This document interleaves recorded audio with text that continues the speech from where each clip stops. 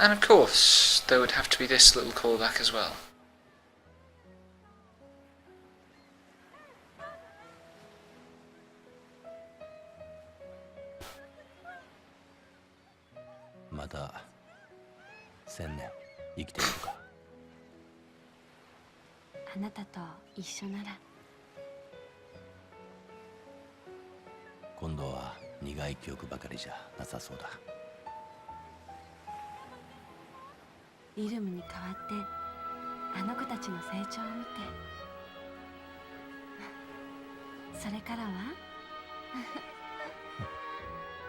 That's the most emotion Kaim, I think, has shown in the entire game.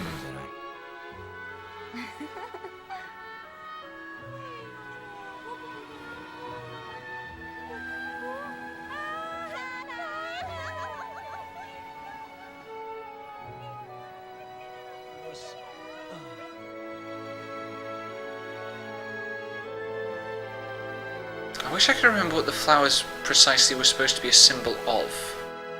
It was too long ago.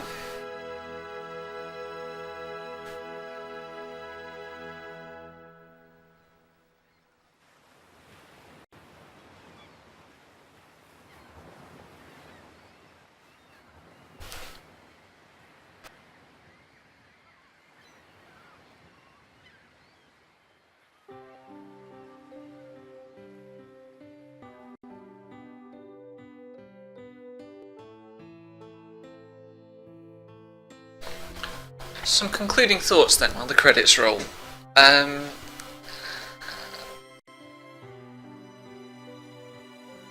This is a game that has, I think, 3 different central plot constructs trying to fit together and 2 different systemic concepts. On the plot side, you've got a thing about a squad of immortals who are sent to investigate a world, and one of them goes rogue, which is the Gongora plot. And you've got a story about a father trying to restore his family, which is kind of what that final cutscene paid off.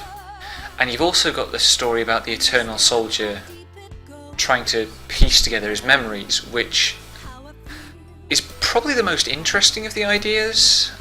They're all good ideas, but that's probably the most interesting one. But it goes nowhere because the dreams just don't matter to anything that happens in the story. And all of those stories could have similar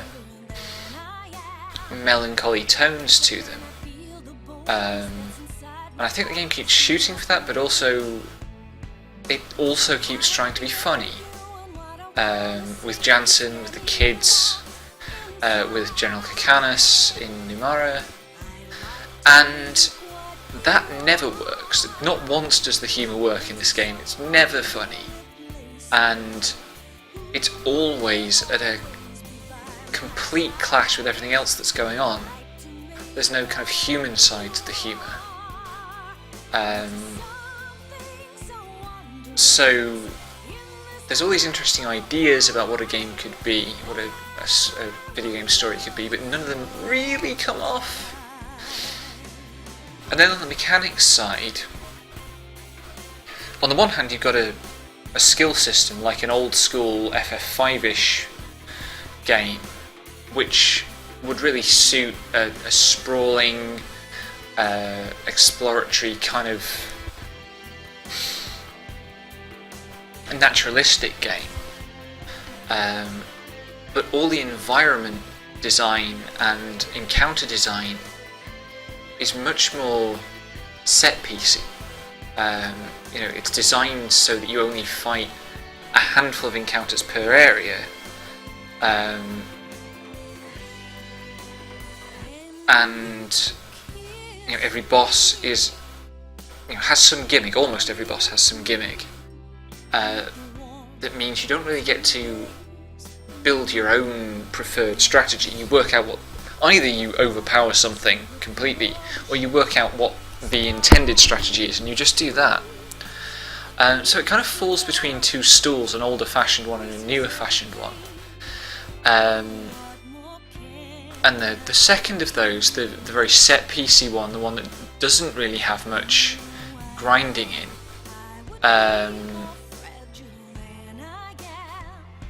that one is, I kind of feel, is the concept that FF13 finally perfected, where there's no randomness to when the encounters occur. It's every encounter is right there in the environment, and you can see exactly what it's going to be, and you go into it knowing that. And every encounter is designed to be a small iteration on the previous one, a small step up, and you just take this very pre-prepared, precise path that always directs your play towards whatever it is that the climax of the zone or the chapter is going to be.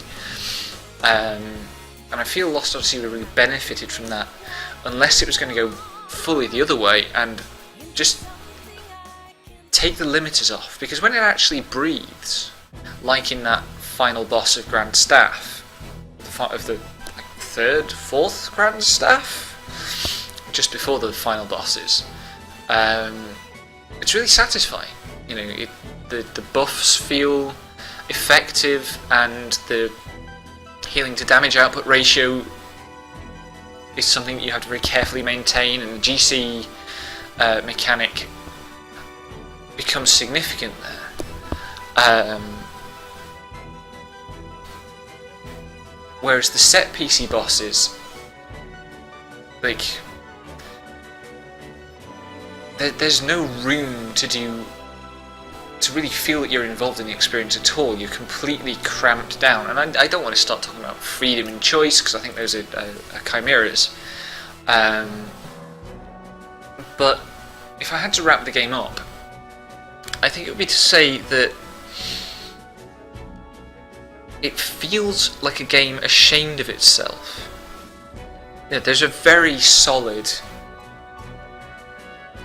detailed, rewarding core JRPG here, and several ideas that would not disgrace a Chrono Cross or an FF7 or that kind of PS1 era of, like, emotionally sophisticated, even they're not narratively sophisticated, emotionally sophisticated storytelling.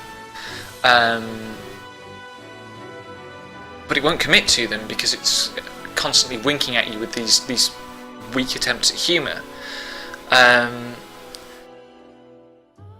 I think it's very much the sign of a game made by a Japanese developer for a presumed American audience. This is an Xbox 360 exclusive. In 2008, at kind of peak Yahtzee meme about JRPGs being rubbish now time. So there's a constant effort to be more than just the classic ideas of a JRPG, and it never works. Not once is it as satisfying as the old school play that it occasionally shows through, and it never delivers the precision, the player focus of a game like FF13. And FF13 is probably the peak of that, because they just got everything right there. Everything very precisely calculated to one particular effect and narrative.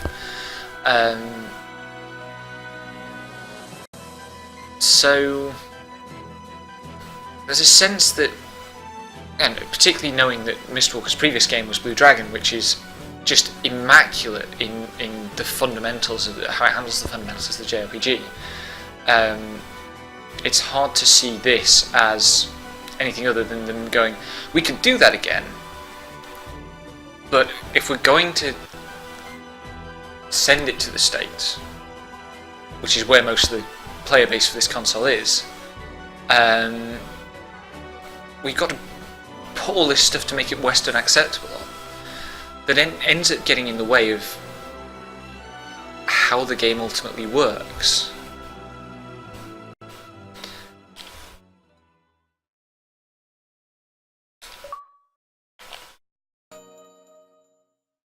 But that's it, that's Lost Odyssey. Thank you for watching.